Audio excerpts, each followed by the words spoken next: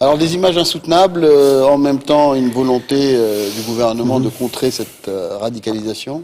C'est lié, ce qu'on voit là est lié à ce que certains sociologues appellent la culture de la chambre, bedroom culture. Qu'est-ce que c'est? C'est l'autonomisation d'un certain nombre d'adolescents, certains disent adolescents, parce que ça va, c'est des préadolescents. Ouais.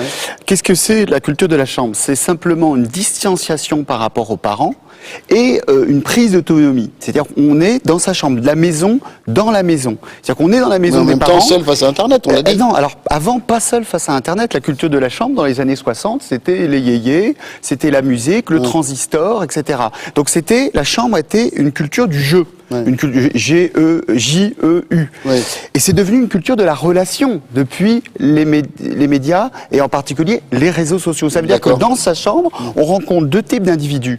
On rencontre ses amis, c'est-à-dire ses amis d'il y a 2 heures quand on était à l'école. On va sur les réseaux sociaux, puis on dit tiens voilà, la prof de maths elle a fait ceci, elle est nulle. Tiens on fait ça. Et puis on rencontre, et c'est ce que les sociologues, excusez-moi, appellent la force des liens faibles, des gens qu'on connaît pas du tout.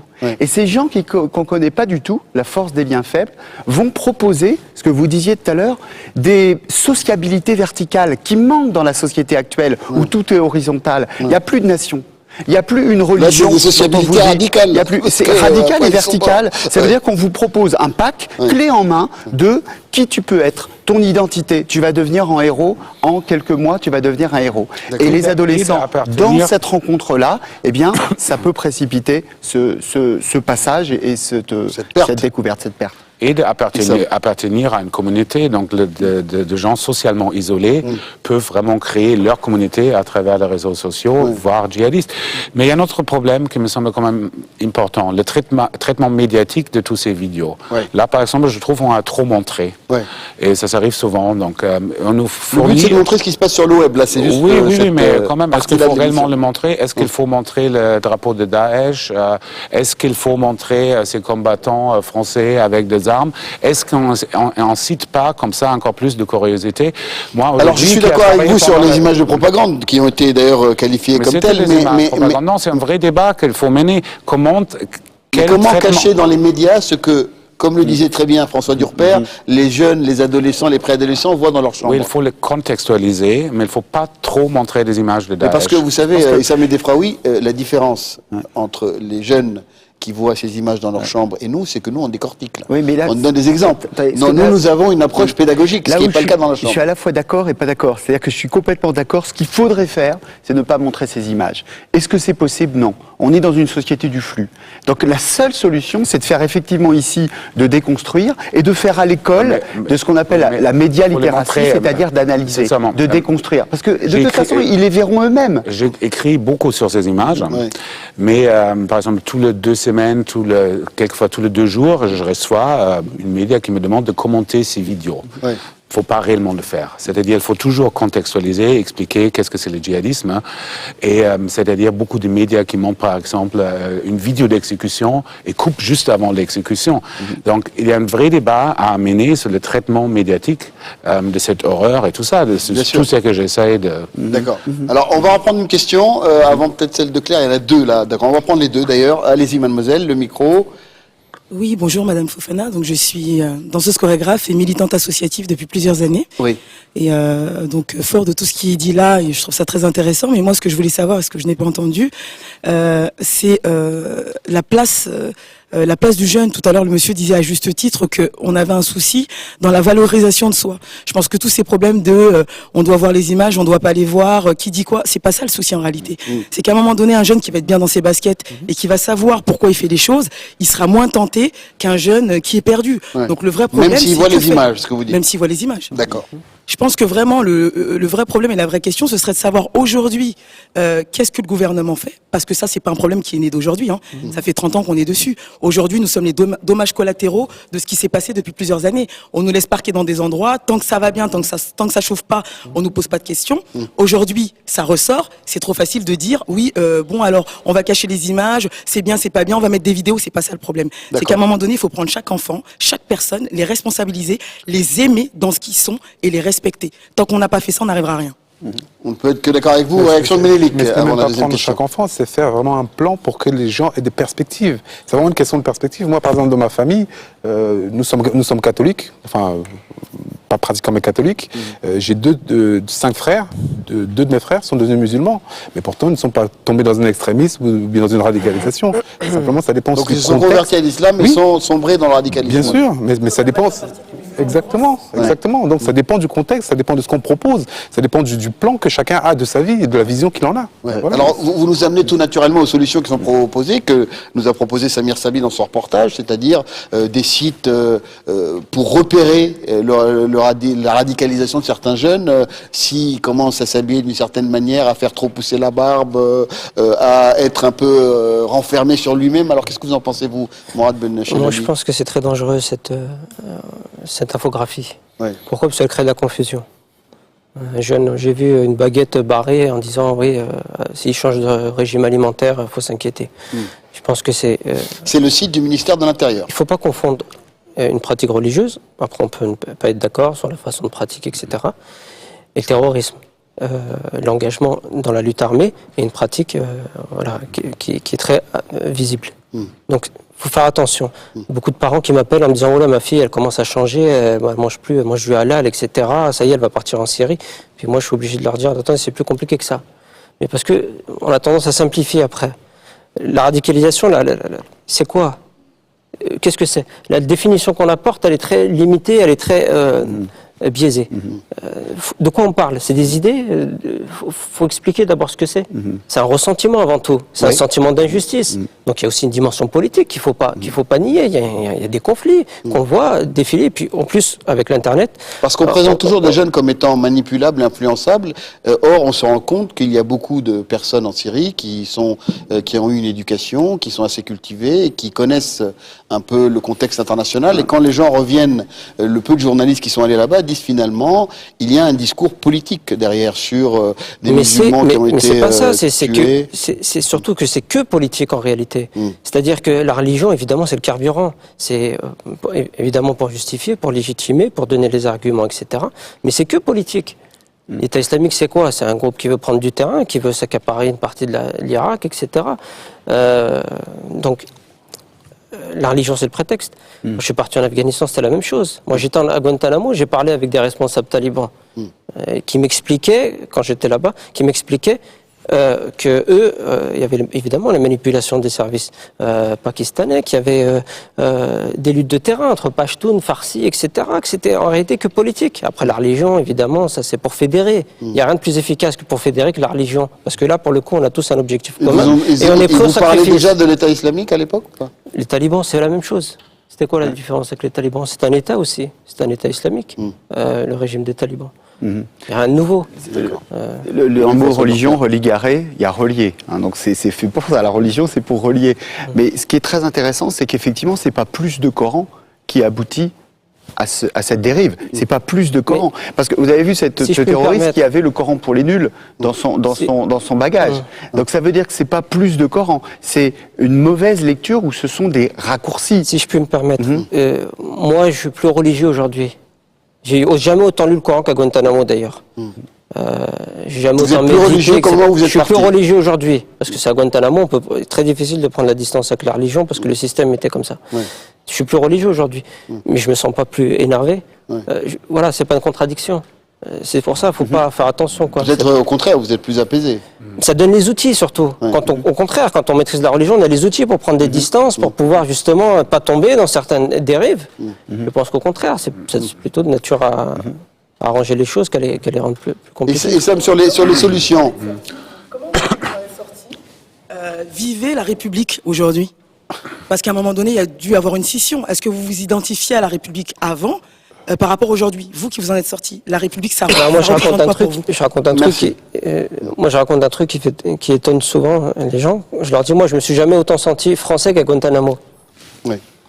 Comme beaucoup de Français se sentent très français à l'étranger. Pourquoi? Parce que à Guantanamo, j'étais le français. Je parlais français. C'est ce qui faisait la différence entre les autres détenus. J'étais français.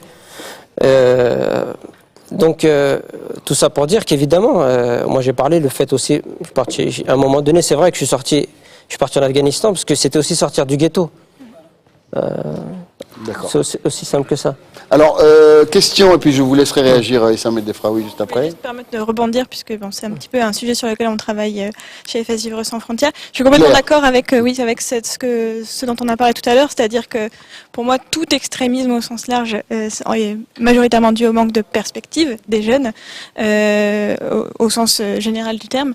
Et je pense qu'il y a cette notion du départ à l'étranger. Enfin, je sais pas dans quelle mesure on peut en tenir compte, mais j'ai l'impression que dans le monde dans lequel on vit, il y a cette notion. Nous, on reçoit tous les jours des adolescents qui ont envie de partir, ils savent pas pourquoi, ils savent pas forcément toujours l'expliquer, mais ils ont cette envie que nous on traduit souvent par une envie d'autonomie, une envie d'aventure, de sortir aussi d'un milieu qui est familier, de se tester ailleurs dans d'autres conditions.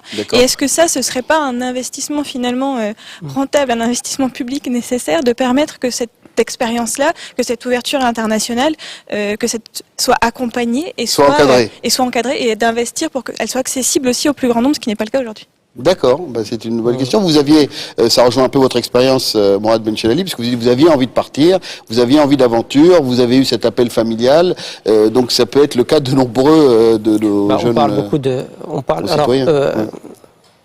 On parle de beaucoup de jeunes qui partent faire le djihad, mais de mon point de vue, c'est la conséquence, c'est un malaise plus global. On ne parle pas de jeunes qui tombent dans la drogue, il y en a plus. De jeunes qui partent, même pour d'autres raisons, qui quittent la France, évidemment pas pour des raisons violentes, mais qui quittent la France pour aller voir ailleurs, il y en a plein. Donc il y a une jeunesse, évidemment, qu'à un moment donné, qui a du mal à construire un avenir, il n'y a pas de projet commun, on l'a dit, il manque tout ça. Moi, je suis aussi encadrant en insertion. Je ne me contente pas de faire prêcher la bonne parole, je pense aussi qu'évidemment, un jeune est moins vulnérable s'il a un métier, s'il a un projet, s'il a un but, s'il a un modèle aussi. Tout ce qui manque aujourd'hui. Azim El Defraoui, avant de prendre une question, quelle est votre évaluation des outils mis en place, notamment par le gouvernement, pour essayer de contrer la radicalisation? Il y a plusieurs points qui étaient soulevés qui me semblent très importants. Déjà, je rejoins Mourad avec le fait que ce que vous avez montré, les indicateurs de la radicalisation du ministère de l'Intérieur, c'est des choses très stigmatisantes qui peuvent en soi contribuer à la radicalisation. Donc, il faudrait être beaucoup plus prudent. Après, il y avait cette question sociétale, cette vaste question sur notre société, sur l'intégration, c'est que les premiers ministres appelaient apartheid, que je trouve très bien. Ça sera l'objet d'une autre émission. Mais, c'est-à-dire, ces problèmes sociétaux ne peuvent pas être résolus à court terme et même pas à moyen terme. Et même si on va résoudre ces problèmes sociétals, que j'espère, ça va pas prouver qu'il n'y aura plus de djihadisme. Le djihadisme recrute aussi dans les milieux relativement aisés, notamment les djihadistes arabes. Par exemple, la cellule de 11 septembre, qui s'est formée à Hambourg, en Allemagne, et c'était des Arabes extrêmement formés. Des universitaires diplômés. Donc, très bien, donc, de tout ça. Donc, il faut aussi séparer un peu les problèmes. Et là, il y a urgence. Donc, le gouvernement, c'est-à-dire, c'est très intéressant. Sarko, avec son discours complètement sécuritaire, après l'affaire Mera et tout ça, s'est jamais occupé de la prévention, et je ne veux pas faire la pub de ces gouvernements, je suis très apolitique. Ils ont commencé avec quelque chose, mais très en retard. Les autres pays européens ont mis en place une politique de prévention depuis 10 ans, les Anglais, les Allemands, les Danois et tout ça. Donc là, elle commence à se bouger, certainement avec aussi un peu de la maladresse, comme on a vu avec la charte sur la radicalisation à l'usine. Mais il n'y a pas d'alternative.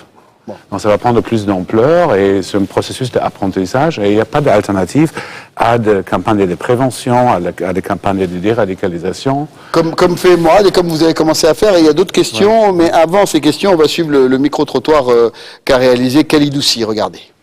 D'après le ministère de l'Intérieur, près de 400 Français sont allés faire le djihad en Syrie depuis le début du conflit. Mais qu'est-ce qui peut bien les attirer là-bas? Voilà ce que les gens m'ont répondu. Pour moi, c'est pas vraiment une solution de partir. Je pense qu'ils sont partis sans réfléchir. Tu penses qu'ils ont été influencés? Oui, je pense fortement qu'ils ont été influencés. Ils ont une personnalité qui est facile à atteindre, avec des discours, ça sera bien pour toi, tu fais ça, tu sauves des enfants, tu aides un pays, tu fais ça pour Dieu. Ces djihad-là, comment on appelle, ces imams-là, eux-mêmes, ils ne vont pas faire la guerre. Eux-mêmes, ils n'ont qu'à aller faire la guerre. Ils n'ont qu'à se mettre au front, mais au lieu d'envoyer des jeunes, eux-mêmes, ils n'ont qu'à aller se mettre au front.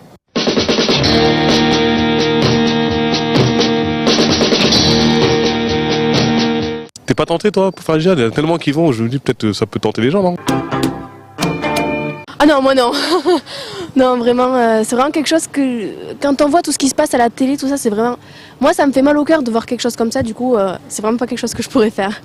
Non, je pense être assez fort mentalement pour ne pas me faire embrigader dedans. Ménélique, vous avez rigolé au moment où on disait mais pourquoi c'est pas ceux qui sont, enfin les responsables en fait, qui partent au front. Non mais c'est vrai, en fait c'est toujours facile de donner des conseils, de diriger les autres, mais quand il s'agit soi-même de faire les choses, c'est toujours beaucoup plus compliqué. C'est toujours compliqué. Question.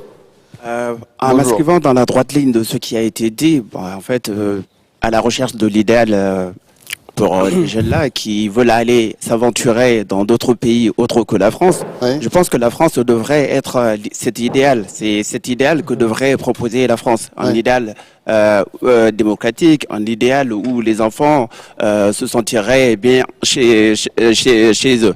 Donc la question est de savoir, ce n'est même pas la question ne devrait même pas de chercher à savoir comment ils partent ou quel est leur but, mais plutôt une autre question pourrait... pourquoi la France n'est plus l'idéal? Voilà, c'est-à-dire, voilà, non seulement ça, mais on pourrait se poser la question à savoir, en dehors de savoir le pourquoi, mais ce que la République réserve à ces jeunes-là, ou ce que la République propose à ces jeunes-là. D'accord. Alors, là, il y a beaucoup de réponses. Attendez. Ce qui est très simple. François Durper, puis Mariam. Il y a une solution qui avait... Comme je le disais tout à l'heure, il y avait des sociabilités verticales avant. C'est-à-dire qu'il y avait la nation, c'était très clair. En 1914, l'idéal était très simple. Là, le départ, c'était toute une génération qui est partie faire la guerre. Et ça a donné 1 500 000 Français qui ont été tués. Donc là, on avait une nation très verticale qui proposait les choses. La question aujourd'hui, au début du XXIe siècle, c'est de se demander si c'est bon qu'il n'y ait plus d'utopie ou si c'est mauvais qu'il n'y ait plus d'utopie. C'est-à-dire que, est-ce qu'il faut proposer une utopie pour éviter ces départs, ou est-ce qu'on peut construire une société, moi je crois qu'on peut construire une société, où on propose aux gens dans l'éducation de se choisir leur propre vie. C'est-à-dire que s'il faut, pour éviter qu'ils partent, dire la France comme au début du XXe siècle, ou la religion, et proposer quelque chose de clé en main, je ne pense pas que ça soit la solution. Je pense que c'est même pas possible. Je voudrais faire une remarque quand même très importante. On parle de la France. La France, ce qui est intéressant, c'est pas la République ici, c'est partout. C'est partout. Donc la France, tous les modèles connaissent ça. C'est le modèle américain qui est très différent, multiculturel, il connaît aussi ça. Le modèle danois, le modèle allemand. La France, elle est moins touchée que d'autres pays. Par exemple, c'est le Danemark qui, proportionnellement à sa population, est numéro 2 au niveau des départs, et la Belgique numéro 1. Donc il faut vraiment voir le problème un peu plus large. Quelles sont les valeurs qu'une société européenne peut plus installer parmi ces jeunes? Quelle est cette perte de repères qui se retrouve partout? Donc, sortons un peu aussi du cadre de cette République. Oui. Alors, question rapidement, mademoiselle, allez-y. Il nous reste peu de temps, malheureusement, donc on va prendre 3 questions. Allez-y. Bonsoir, je m'appelle Estelle, je suis juriste et consultant en affaires internationales et développement. Donc, le sujet actuel est tellement grave qu'on ne sait pas vraiment dans quel sens le prendre, comment l'aborder. C'est tellement grave aussi qu'il faut forcément une réponse étatique forte. Donc, qu'est-ce que le gouvernement français propose face à cette situation? Donc, on a vu une lutte, dans ce reportage, une contre-propagande sur Internet et aussi des critères permettant d'identifier la radicalisation. Mais est-ce qu'on se pose les bonnes questions? Est-ce qu'on prend le problème par le bon bout? Parce que clairement, dans la société française, il y a des clivages. Il faut une réconciliation. Des personnes sont écartées, mises dans des quartiers, des personnes sont mises en situation grave, des personnes sont encouragées à frauder, c'est-à-dire que je suis juriste dans les tribunaux au tribunal correctionnel, vous voyez tout le temps des jeunes qui arrivent pour des violences. Donc qu'est-ce qu'il faut combattre? La religion, c'est-à-dire stigmatiser une religion, ou il faut combattre la violence et la haine? Merci pour ces remarques. Alors, une deuxième remarque de Mariam ou Monsieur n'a pas posé de question. Pardon. Je souhaitais poser la question de l'école et d'Internet. Il y a quelques années, nous, tout ce qu'on savait en tant qu'élèves, on l'apprenait de l'école. Aujourd'hui, tous les collégiens, les lycéens, ils apprennent à la fois de l'école, mais aussi d'Internet. C'est vrai. Ça peut être formidable. Ils peuvent apprendre évidemment plein de belles choses. Ceux qui décrochent vont évidemment tomber dans des choses un peu plus dangereuses et néfastes pour eux. Quelle réponse on peut apporter à des collégiens qui peuvent apprendre et tomber dans des documentaires un peu déviants, quoi. D'accord. Et une dernière question, c'est... monsieur, vous avez déjà posé une question. Oui, alors peut-être on va prendre... voilà, mademoiselle, pardon. Bonsoir, je m'appelle Mifa Diop, mannequin. Alors moi, ma question est la suivante. Vous pensez seulement que les djihadistes, les jeunes qui vont pour les djihad, c'est seulement... Oui, prenez bien votre micro. C'est seulement... Ouais. Vous voulez dire des musulmans, c'est ça? Ouais. Oui. Pour les musulmans, du côté musulman, les musulmans qui connaissent vraiment la religion ne vont pas direct pour faire la guerre. Oui. C'est les gens qui connaissent pas la religion, qui ont une manque de connaissances qui vont au niveau de la religion et au niveau de tout, parce que on ne fait pas certaines choses facilement à cause de la religion seulement. Bon, alors sur cet aspect religieux, parce que vous vouliez intervenir tout à l'heure, Arzim El-Dafraoui, là-dessus, en disant que finalement, il y avait des fausses références, mais beaucoup de très bonnes références historiques. Aujourd'hui, on parle déjà de plusieurs générations de djihadistes. Donc, adhérents à cette idéologie. Comme je disais tout à l'heure, cellule d'Hambourg, en septembre, c'était des gens relativement éduqués qui connaissaient le Coran. Ils ont mal interprété, probablement ou certainement. Aujourd'hui, des jeunes qui partent au djihad passent même plus par la case religion. Donc c'est quelque chose qui s'est tellement autonomisé, devenu une anticulture, une subculture de jeunesse, que les connaissances de l'islam sont tellement rudimentaires que... je vous donne un exemple concret. Donc là, j'ai discuté avec des jeunes qui travaillent dans les prisons, dans ces cas en Angleterre et en Allemagne, qui sont censés déradicaliser des gens qui sont déjà partis en djihad. Et eux me disent, dès que je pose une seule question religieuse à ces jeunes incarcérés, ils ne sont pas capables de répondre. Donc aucune culture religieuse. Aucune culture religieuse. Donc c'est un nouvel phénomène qui est assez intéressant. D'accord. Alors on n'aura pas fait le tour de toutes les questions. Monsieur a raison évidemment sur la nécessité, comme on l'a dit à une autre occasion. Et ça a été dit déjà tout à l'heure, d'éduquer aux médias et à Internet. Et là aussi où les médias ont leur rôle à jouer, on a parlé tout à l'heure de confiance en soi, que ce soit quelqu'un qui vous recrute pour ce type de choses, qui vous fasse votre premier compliment de votre vie, c'est pas logique. Il faut qu'avant, dans le système éducatif, vous ayez des compliments de votre prof, que vous, quel que soit votre niveau scolaire, donc il y a ça qui est fondamental, et montrer les exemples positifs. On parle de qui là? De centaines, milliers peut-être de jeunes, il y a des millions de jeunes qui font des choix positifs. Et là, pour le coup, on se rejoint sur les médias, montrer les jeunes qui font des choix positifs, qui s'investissent dans l'humanitaire. On est dans une génération qui s'investit beaucoup dans des associations humanitaires qui ne coupent aucune tête et qui simplement font le bien autour d'eux. Oui, mais quelque part, le moule est cassé aussi parce que l'État ne propose plus rien. Et en fait, on ne valorise pas la possibilité pour chacun de créer quelque chose, de créer sa propre vision. Vous avez créé quelque chose, par exemple, votre plateforme musicale. J'ai créé une plateforme de financement participatif pour permettre justement aux jeunes de pouvoir financer leurs projets. Quand on va voir les banques, quand on vient de banlieue, on ne peut pas avoir de crédit, on ne peut pas avoir de choses. Donc il faut que la masse se réunisse pour pouvoir permettre à ceux qui ont cette petite étincelle de briller et de se révéler quelque part. Et peut-être que ceux-là, s'ils réussissent à quelque chose, ils vont pouvoir aider les autres. Donc en fait, il faut à un moment casser le modèle, parce que si on attend tout de l'État et qu'on attend que tout vienne d'en haut, rien ne viendra. On est dans les quartiers depuis 30 ans, rien ne bouge. Donc à un moment, il faut bien prendre les choses en main. Ça sera le sujet de notre prochaine émission. Voilà. Merci Menelik. Mourad Benchelali, pour clore, est-ce que vous parlez à ces jeunes de projets, de choses positives, ou vous êtes uniquement dans votre expérience et comment la transmettre? Moi j'ai grandi au Minguette, le quartier d'où est parti la marche pour l'égalité, etc. Donc la longue histoire de lutte, etc. J'ai invité assez récemment Laurence Parisot, l'ancienne patronne des patrons. Alors évidemment, quand j'ai parlé de ça, au niveau des représentations, qu'on pouvait se faire d'elle et de moi, ça collait pas comment Laurence Parisot à Vénissieux. Mais justement, le but était justement de casser ces représentations pour fabriquer quelque chose. Et le but était aussi de donner la parole et de valoriser justement ces gens qui font des choses, des associations, etc. Donc c'était aussi les montrer et les filmer et les valoriser. Et enfin, c'était aussi d'attirer le privé, parce qu'on peut plus, aujourd'hui le public, on dit qu'il n'y a plus d'argent, donc c'était aussi attirer le public, le privé dans les quartiers, parce qu'il y a aussi le manque de moyens. Donc voilà, pour toutes ces raisons. Et je pense qu'il faut aussi réfléchir en ce sens.